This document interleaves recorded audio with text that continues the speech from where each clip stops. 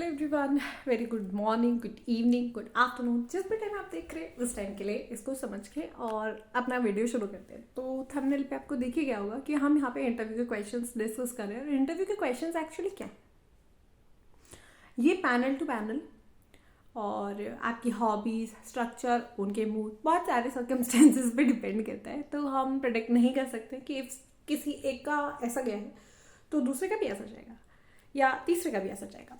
तो कुछ हम लेकर आए हैं इंटरव्यू के क्वेश्चंस। ये एक्चुअली टेलीग्राम पे शेयर किया है, मैंने रिक्वेस्ट किया था हमारे चैनल पर, जो टेलीग्राम का चैनल है उस पर, कि भाई अगर किसी का होता है और वो चाहे तो शेयर कर सकते हैं, सो दैट हम उसका वीडियो बना के शेयर करेंगे फर्दर, ताकि किसी को अगर उससे हेल्प मिलती है, थोड़ा आइडिया आता है कि व्हाट कुड बी, ये किस डायमेंशन में जा सकते हैं। बिकॉज थोड़ी तो अनप्रडिक्टेबल चीज़ है ये। Actually I should correct my self, थोड़ी सी ज़्यादा अनप्रडिक्टेबल चीज़ है, क्योंकि काफ़ी सारी चीज़ों पे डिपेंड करता है। हमें लग रहा है इस डायरेक्शन में जाएगा और कई बार हमें लगता है कि हम इंटरव्यू को ले जा रहे हैं, जबकि ऐसा नहीं होता है। ठीक है, क्योंकि जो क्वेश्चन उनको पूछना नहीं है या उनको चेंज करना है तो वो डेफिनेटली उसको करके छोड़ देते हैं कि मतलब आप जो भी कर रहे हो हमें ये नहीं, ये चीज़ पूछनी है। जैसे रॉन्ग नंबर सीरीज कैसे होती है, उसमें कई बार 2-3 अपने पैटर्न लगे होते हैं, लेकिन क्या होता है जो उनको पूछना है उसी अकॉर्डिंग उन्हें ऑप्शन दिए होते हैं। सपोज ए से आपका आ रहा है, आपने कोई सीरीज में पैटर्न लगाया, सपोज डबल डिफरेंस का लगाया और आपका आंसर ए आ रहा है, बट उन्होंने BCDE दिया है, बिकॉज उनको वो वाली सीरीज पूछनी नहीं है, उनको दूसरा पैटर्न पूछना है, तो उन्होंने उसके अकॉर्डिंग वहाँ पे सेट किया है।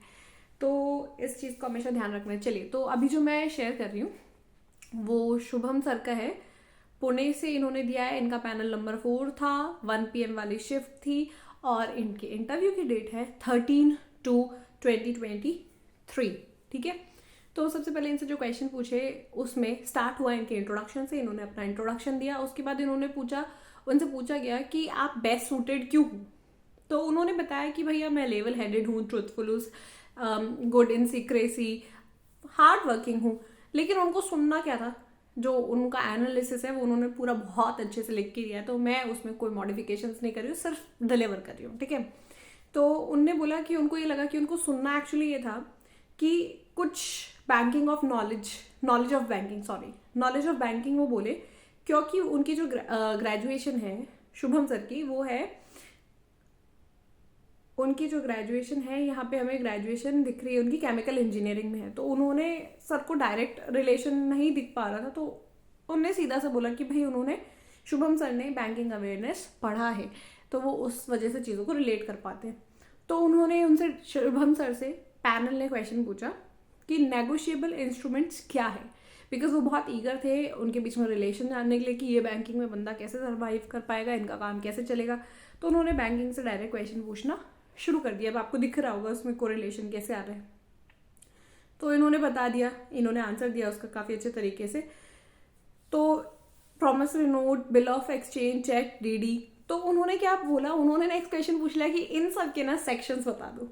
मतलब थोड़ा सा हो सकता है कि आपको लगे अरे यार ये तो मैंने पढ़ा नहीं है, बट द बेस्ट थिंग कि भाई शुभम सर ने ये चीज़ पढ़ी हुई थी और उन्होंने उसका आंसर दिया। लेकिन क्या हुआ कि DD का सेक्शन उन्होंने गलत से गलत बता दिया, थोड़ा हम हड़बड़ा जाते हैं, नर्वस हो जाते हैं।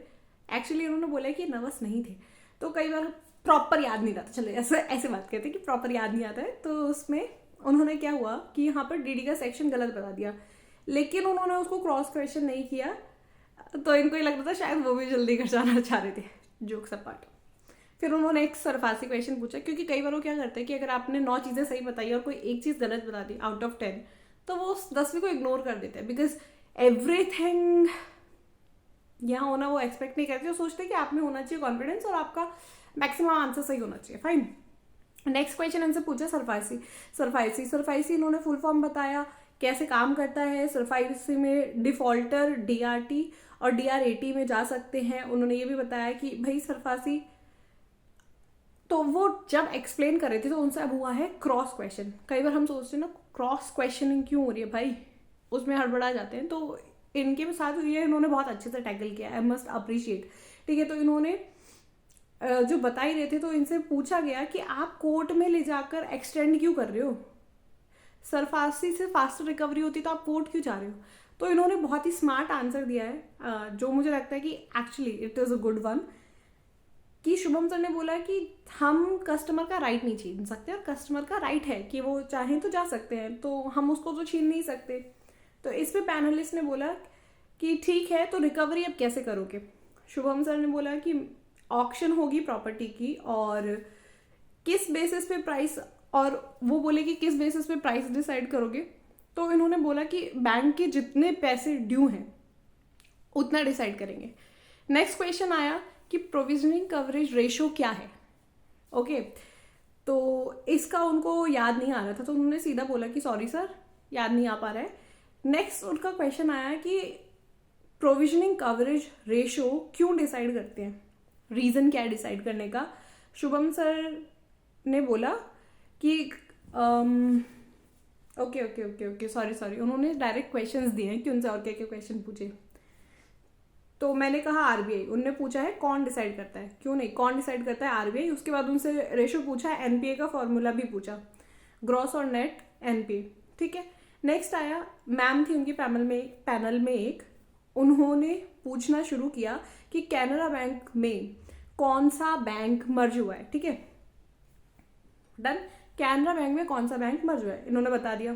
नेक्स्ट इनसे 4-5 सेकेंड लिए इन्होंने सिंडिकेट बैंक का नाम बताया। ये कह रहे हैं कि मैं थोड़ा सा कंफ्यूज था, लेकिन जो मेहनत उन्होंने की और भगवान ने उनकी मदद की, तो उन्होंने उसका आंसर 3-4 सेकेंड में दे दिया वहाँ पर।